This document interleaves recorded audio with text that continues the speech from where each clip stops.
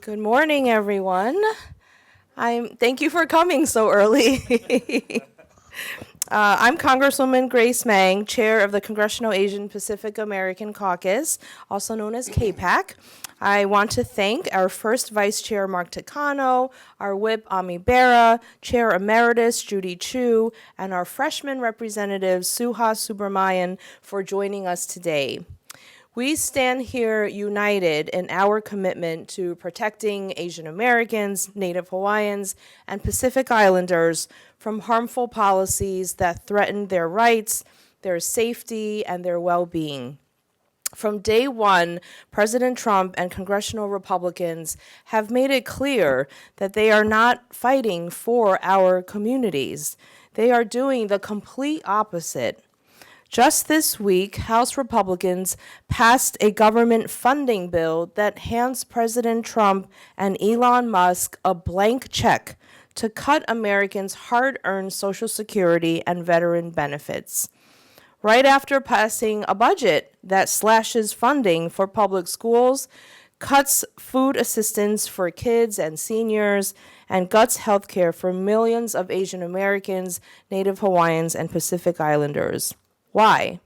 To pay for tax cuts for their billionaire donors. But the attacks do not stop there. Under the current administration, federal agencies are no longer required to provide multilingual support for people with limited English proficiency. That means over 30% of our community, our parents, our grandparents, aunts, and uncles, could lose access to translation services for the programs that they've paid for with their tax dollars. What happens when a senior with limited English proficiency needs help accessing their earned Social Security benefits, or when a non-native English speaker needs help enrolling in Medicare? This administration doesn't care. But it's not surprising coming from the same president who scapegoated Chinese Americans for the spread of COVID-19 and called the virus Kung Flu. Shameful. Nearly 68 million Americans, or 1 in 5 people, speak another language other than English at home. And these people are just as American as those who speak only English. Instead of working to lower costs, as he promised on day one, President Trump and congressional Republicans are waging endless culture wars. This is not what the American people want. The American people want leaders who will help lower the cost of groceries and housing and health care. Today you will hear from my CAPAC colleagues about steps that we're taking in furtherance of this mission and how we're pushing back against policies that put our communities at risk. We will fight tooth and nail to protect our rights, hold our leaders accountable, and ensure that our voices are heard. The challenges facing our community are real and urgent, but so is our resolve. We will not be silenced. We will not be erased.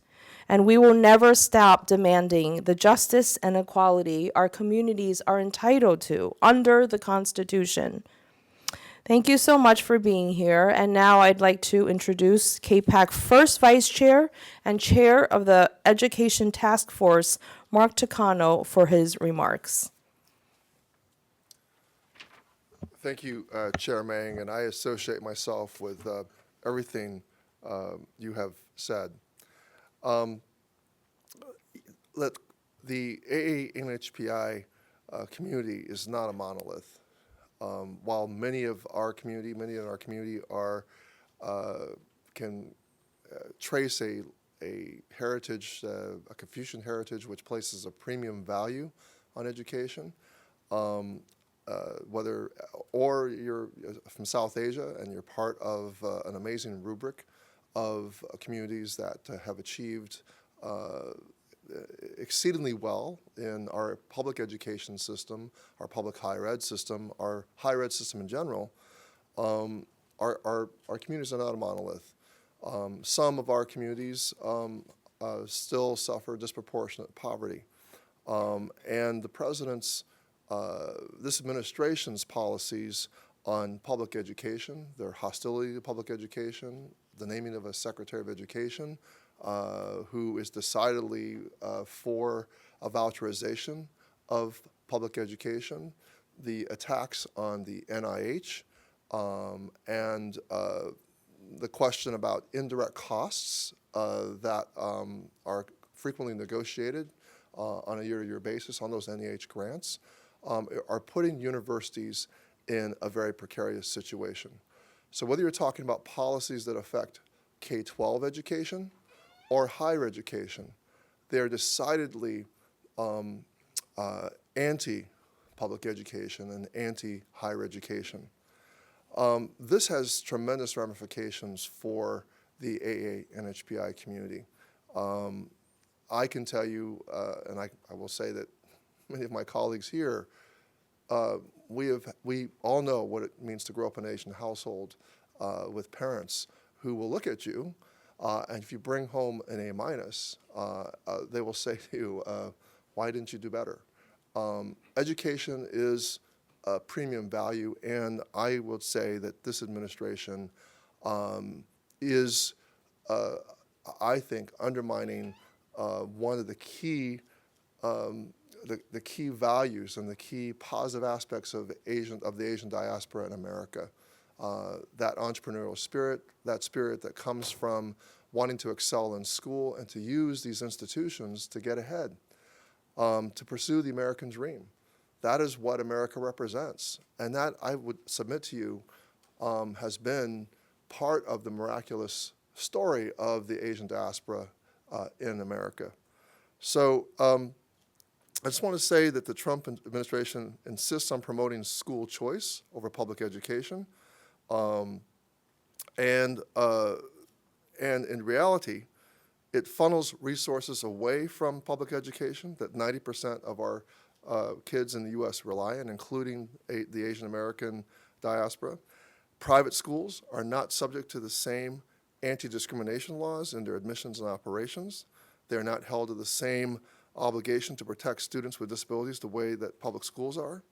And while vouchers allegedly give families more choice, the truth is that it removes educational choice from the hands of families and puts it into the hands of private schools.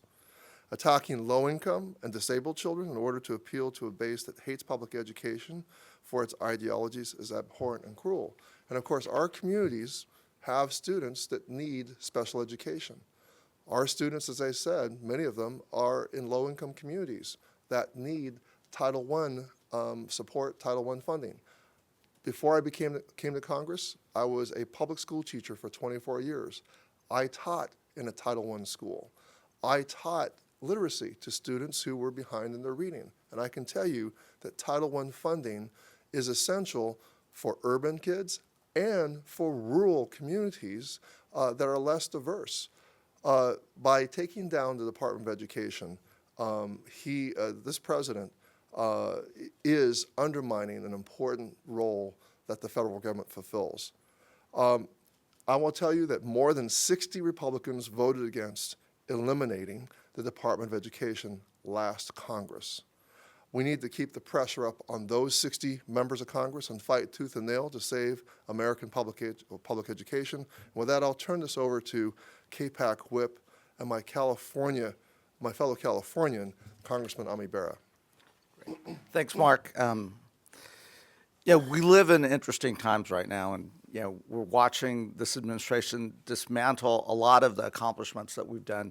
And I'm going to talk about this from the perspective of being a doctor and what we see coming at us with regards to the direction Speaker Johnson's given his caucus to cut $880 billion out of the Energy and Commerce bill. We know that there's no way to do that without getting Medicaid. We know that Chairman Smith of the Ways and Means Committee has set a goal of getting that bill across the finish line by Memorial Day. So we're going to mobilize. We're going to mobilize in our community. We're going to mobilize across this country to make sure folks understand if you take Medicaid away from 70 million Americans, it's going to hurt. In our home state of California, we're close to universal coverage. What we learned yesterday in the presentations were that what most Americans care about right now are just those kitchen table issues, costs of health care, cost of eggs, inflation, the everyday things. So we are now analyzing every Republican district. We know how many Medicaid recipients sit in each of those districts. So David Valadez, who won his district by 3 percentage points, has over 400,000 Medicaid patients in his district. We're going to mobilize. We've got hundreds of thousands of doctors around this country who understand that if you take Medicaid away, if you cut it 25%, it is going to mean a lot of folks are not going to get health care. This is going to hurt red states, rural communities, more than it is urban communities, but it is going to hurt across the board. It's going to hurt new American families, immigrant families. We are going to get rural hospitals talking to their members of Congress back home. These rural hospitals are already struggling. We're going to make sure that member knows if he votes to cut Medicaid, that rural hospital may go out of business. In many of these communities, that's the biggest employer. And we have to make sure the voting public understands if they vote to take Medicaid away, if they vote to cut health care services to a number of folks, they're going to own it. And that is tactically what we have to do, because we have to flip 3 Republican votes in order to protect Medicaid and in order to protect. So happy to go into further details, but it is a chess game here. It is flipping those 3 votes. It is making sure the American public knows if they take this reconciliation vote, if they cut Medicaid, Republicans own it. Thank you. And let me introduce our Chair Emeritus, Judy Chu.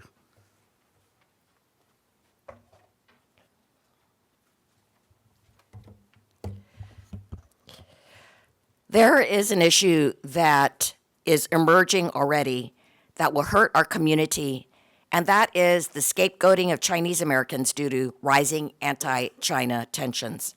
It started with the China Initiative, a Trump-era Department of Justice program that targeted and arrested Chinese American researchers as spies for China, not based on evidence of wrongdoing, but because of their ethnicity and national origin. This program had disastrous effects, ruining the lives of innocent professors and resulting in the reverse brain drain of our nation's STEM talent. And it was such a failure that only a quarter of those charged under this China Initiative were convicted, with nearly all cases having no connection to national security or espionage, but rather paperwork mistakes. Thankfully, the Biden administration ended this awful program, but we know that Republicans remain dead set on reviving it, and we already see it because it's in Project 2025.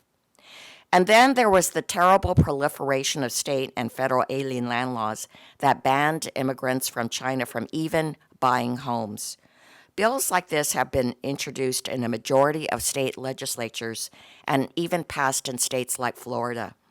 These discriminatory land laws harken back to the racist anti-Asian land laws of the 19th and early 20th century and have no place in our democracy. And it prevented a Chinese immigrant, Ximing Zhou, in Florida from being able to buy his home, even though he put a $30,000 deposit on it. Because of this law, he lost his $30,000 deposit and the home. This is why last Congress, Congressmember Al Green and I introduced legislation to preempt state alien land laws that discriminate against individuals based on their citizenship, and that would stop this racial profiling.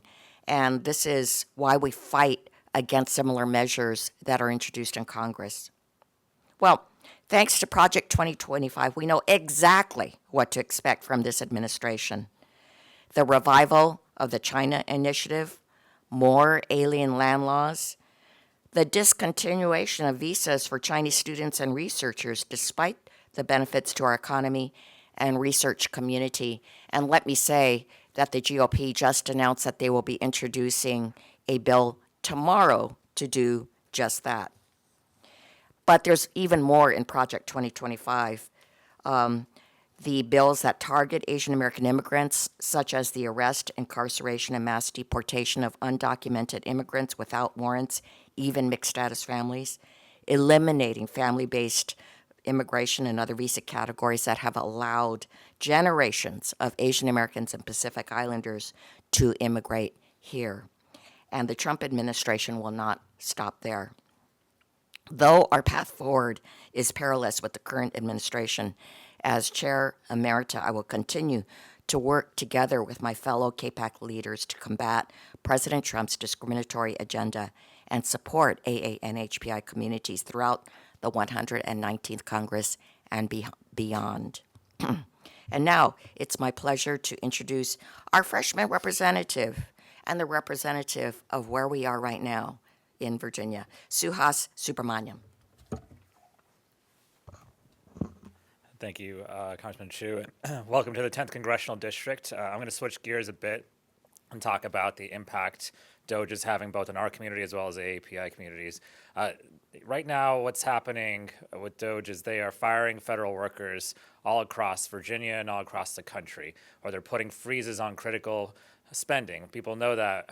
What you may not know is many of these businesses and many of these federal workers are actually did nothing wrong and actually do critical work that helps every single American.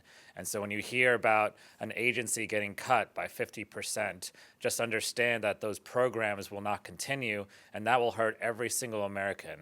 It'll hurt their ability to get a good education. It'll hurt their ability to be safe and healthy. It'll hurt our military and our preparedness. And so many of the businesses that serve our country are owned by AAPI entrepreneurs and people who have expertise. Many of the API community here in Virginia are actually in fields that are in high demand, like IT and cybersecurity, fields that are so critical to our country and keeping us safe. And so, it's not a surprise. Even one of the folks who's running DOGE wanted to normalize Indian hate by his own words.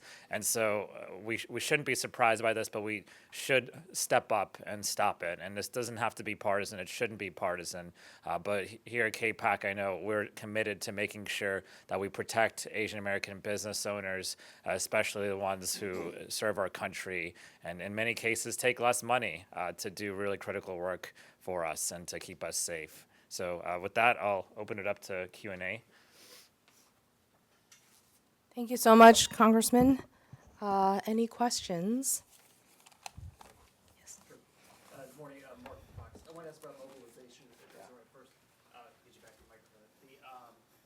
When you say you want to get people mobilized, to get people to understand what this will mean for them, so much leading up to the last election was also about that mobilization, trying to get out the vote.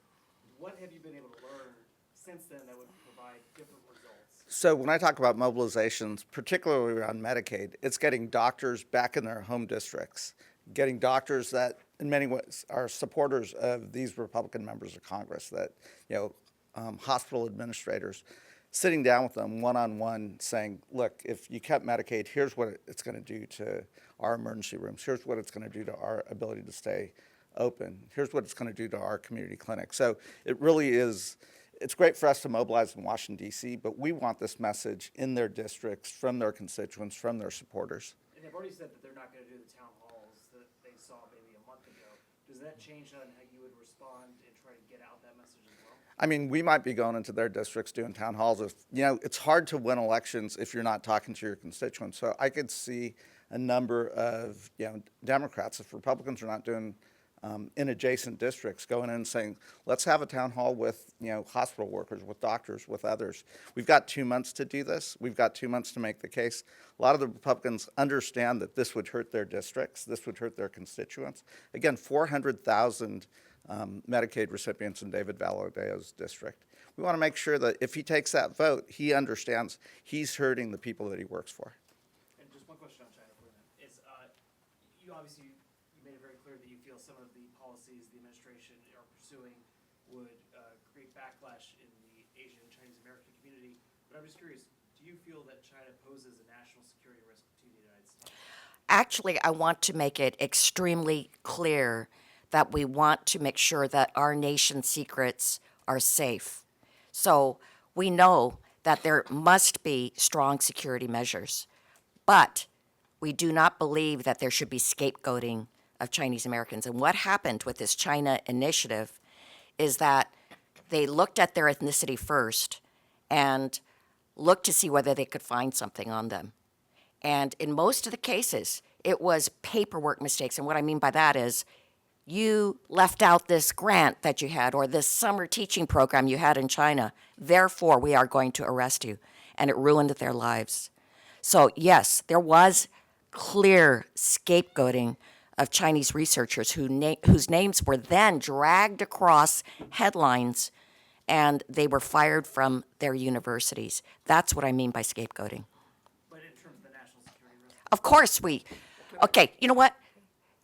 The China initiative was the first time that there was an initiative named after a particular country. If there was an initiative that was based on national security, but not naming a country or an ethnicity, it makes a huge difference. But instead, what it did was set the FBI to look particularly at a community, and that's where the scapegoating occurred. Can I add something to this? I find it peculiar that the president has exempted Elon Musk from any financial disclosures. Everybody knows that he has a tremendous financial interest in China. His Tesla plants, his supply chain. Why isn't the press asking more about this contradiction? If you're really concerned about national security and how our posture with China might be compromised, why not question this very big financial interest and explore that financial interest that Elon Musk has and how his Doge activities may have a negative impact on our national security interest. I'm assuming you'd subpoena him if you guys have the power. We already tried. We already tried. Michael. Thank you, Madam Chair. How has the end of affirmative action, along with the Republican Party's broader hostility towards DEI efforts, affected the AANHPI community, particularly in education and workplace diversity? And what is CAPAC doing to push back? I can say a little bit. Affirmative action, Asian Americans, our community, has sort of been used as a pawn in these lawsuits, a lot of these conversations. We also believe that if you look at the statistics, from this last admissions year, we do not want to be used and put one community against another. It is unfair, it is cruel. And if you look at the statistics from a lot of the schools in the past year, the end of affirmative action didn't necessarily increase the number of Asian Americans enrolled or accepted into these schools. Also, some argue it may be or should be part of a larger conversation. It's not just about affirmative action. If you want to look about equity and admissions, it should be about donor preferences, relationships, and legacy. I might add that I'm on the Education Committee, Education and Workforce Committee. The administration, in its most recent firings, has completely gutted the Office of Civil Rights, whose job it is to make sure that there is non-discrimination of any kind, including religious discrimination.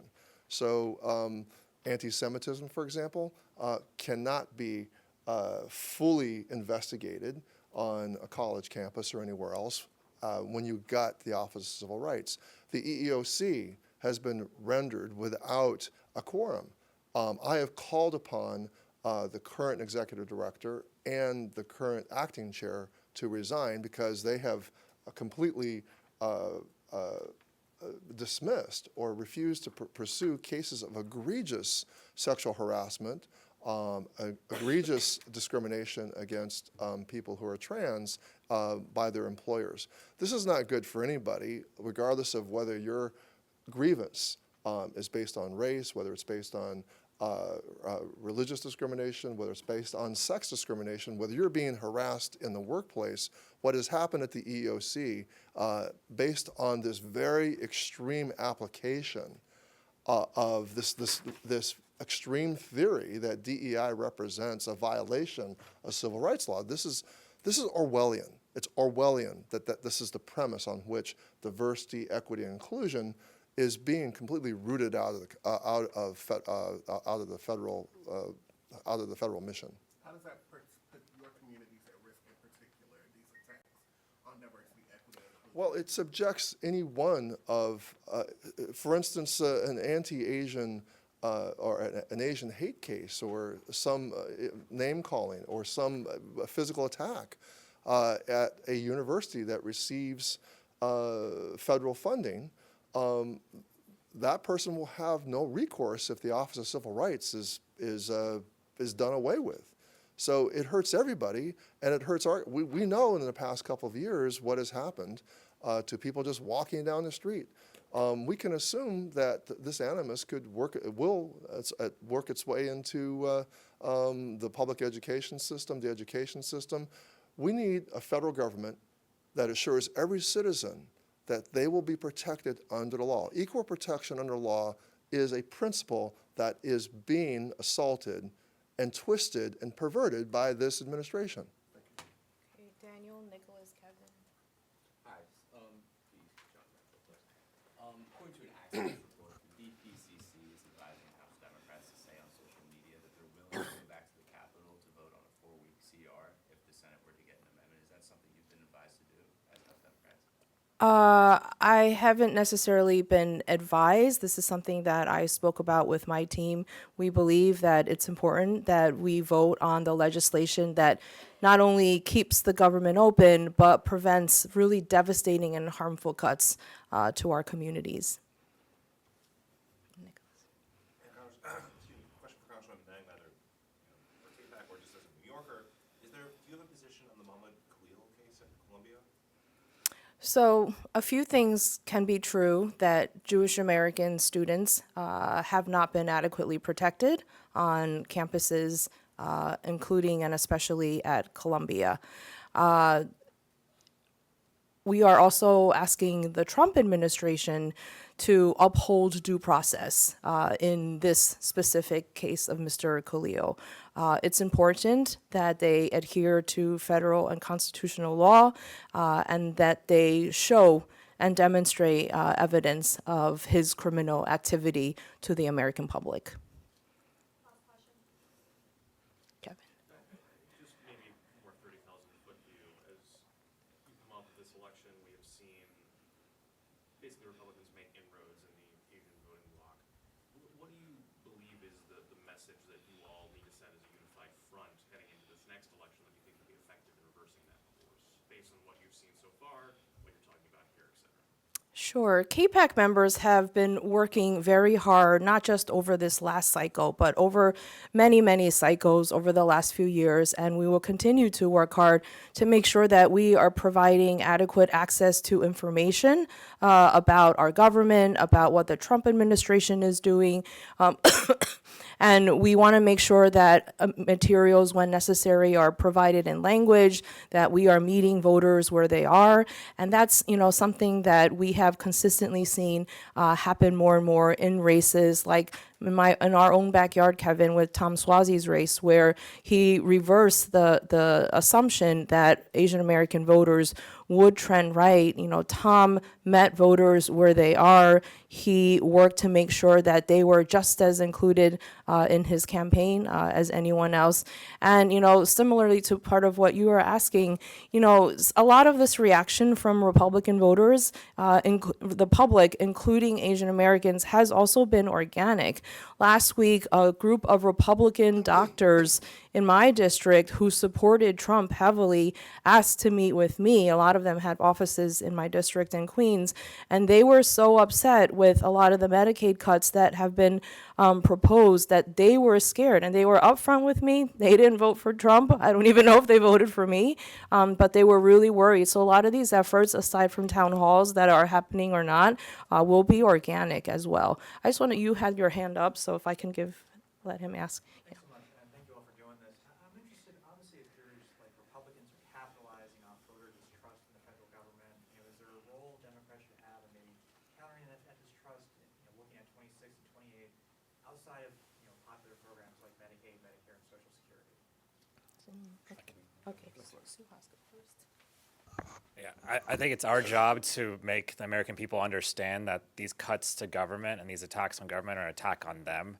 and programs that help them a lot. And so if we have a role, even if it's just one role, it's by connecting the actions of the administration to the harm they are doing to the American people and not letting them blame Democrats or DEI or something else. So we look at the example of what happened at DCA, for instance, and the first thing the president did was blame DEI, right? Even though he had just fired a bunch of people at the FAA a couple weeks before. And so we have a responsibility to make that connection. And on the previous question, I want to say that I've talked to AAPI voters that voted for Trump that did not realize he was going to be cutting federal services and the federal government the way that he has and the way that he's empowered DOJ, and they regret their vote already. I think they thought he was going to do a lot on the economy and immigration, and so far what he's done is the opposite of helping the economy. And I would just add, so to the previous question, at the 30,000 foot level in presidential, obviously messaging was an issue, but if we drill down, we actually picked up a seat in the House, and individual members, folks like Derek Tran, working their community, talking to their community. So we've got to, and we're taking time during this retreat to figure out what that, what was the difference between what we were doing on the ground in our communities, where we have trust in those House races versus what is our brand at the national level, and what does that look like, and how do we get that out there? And then on the question of cuts to the federal government, yeah, the federal government's an easy scapegoat at times, but most Americans don't actually realize how much they rely on, what's happening in their schools, what's happening in their healthcare. A lot of folks have Medicaid, but they don't actually know it's because it's not called Medicaid. It's called Molina Healthcare. It's called something else. They're going to have a rude awakening if they take that away. And again, we have to make sure who did this and get that message out both in our districts, but then also have a national brand message. So again, the public knows those services that they were getting actually were coming through their tax dollars and so forth. So it is going to have a real impact on the American people in their everyday lives. Thank you, everyone.